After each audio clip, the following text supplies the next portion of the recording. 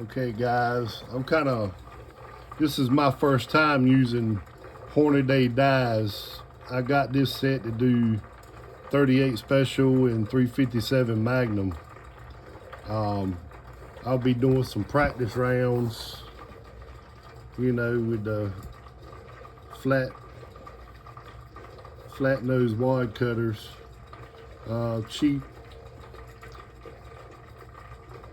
Cheap stuff for practicing and planking.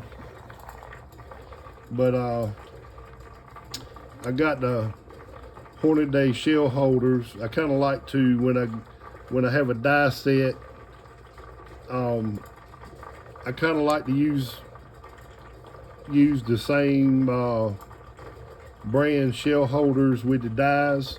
You don't have to, but I kind of do it if I can. And I needed some shell holders because none of my other ones were compatible with 357 38 cases. And with this press, I usually buy at least 3, 4 when available, but I usually buy three shell holders and sometimes 4 for this press, so I don't have to switch all that stuff out. I can go from station to station with no problem. That's one of the things about a 4-station or 5 or 6 station press. You know, this one doesn't rotate, doesn't have a rotating table. But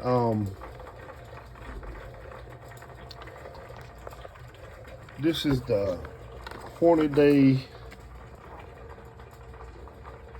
custom grade dies, titanium nitride, so they're kind of compatible to the carbide die sets. You're not supposed to have to use lube with them,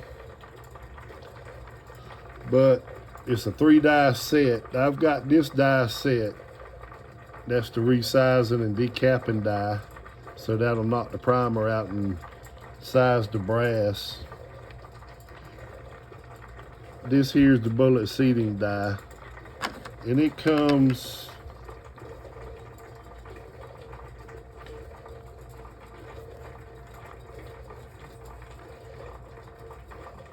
the bullet seating die comes with these plungers, and that one's for seating the bullets for round nose bullets or pointed bullets. And I got the one inside there that does flat bullets because of the flat nose wad cutters. And the wad cutters will be seated about pretty much even with pretty close to even with the case mouth. So there's that. And I just been setting up these dies while I'm tumbling brass, and I'll have to get in something else I've done. I got me another powder measure, a powder dropper, and here's some of my rigging. I'm always rigging something up. These Lee powder droppers are very cheap compared to some of the other companies, and they drop reliable powder charges. Some people have reported problems with them, but I never had a problem with them. And I've been running this one here. Matter of fact, I bought it from a buddy of mine, and I've been running it for a while, and I do a lot of shotgun loads. 12 gauge and shotgun loads, I do a lot of them. And I haven't had any problem with it, and I probably had that thing a year. And but anyway, my RCBS funnel, being as I converted that mech from a size master to a steel master, I've got a steel drop tube now, and the steel, for duck loads. And anyway, I took the old plastic drop tube, powder drop tube, and used it fit inside that drop tube snugly from this end, and I made me a longer drop tube because this shaft, this mount shaft is so long. I don't want to have to stack things up on like something as thick as a 2x4 to drop my powder. So anyway, this funnel here has got stages in the bottom of it that'll line it up with the hole for different calibers. So the rim of the mouth goes up to the stage that it fits. So when I drop the powder, it'll go straight into the shell. I'll pick it up, bring it over here. And I'm thinking about rigging up like a little basket or something under here to catch any powder that might fall. Shouldn't any fall, but you know, in case I have a mishap, that it'll go in a basket. But I'm gonna rig something up here. But anyway, that'll be my powder dropper, and I can set my digital scales right here, and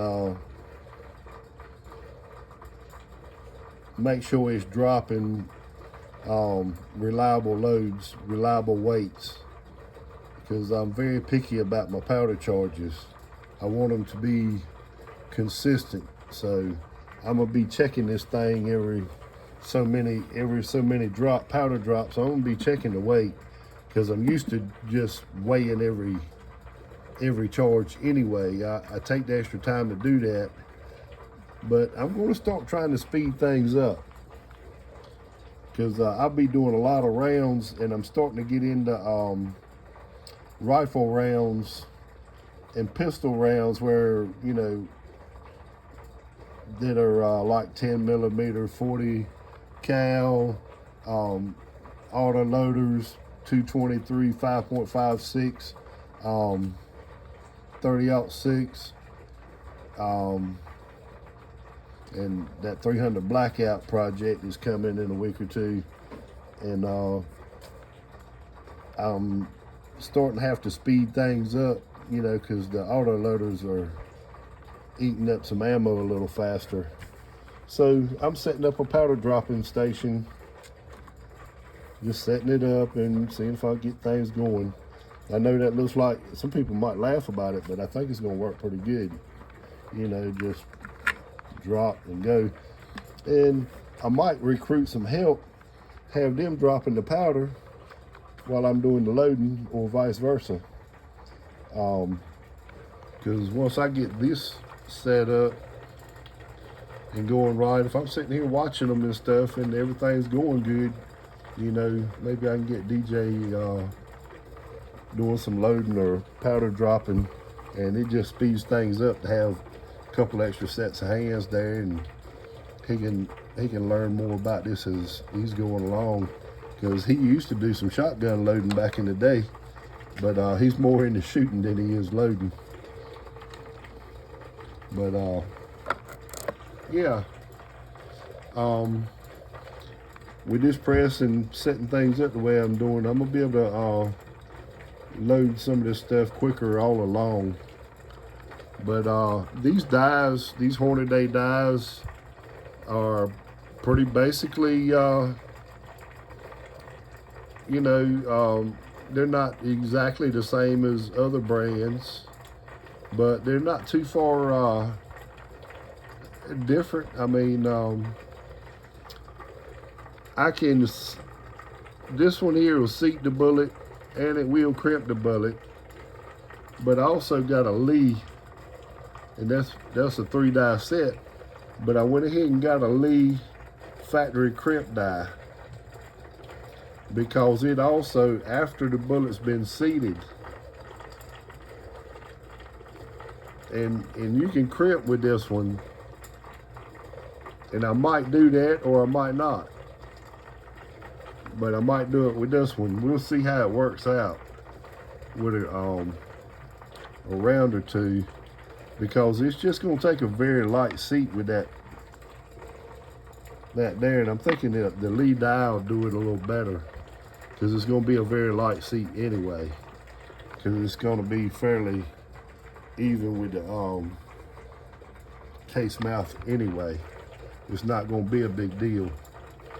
But this die also resizes the die going in and coming back out,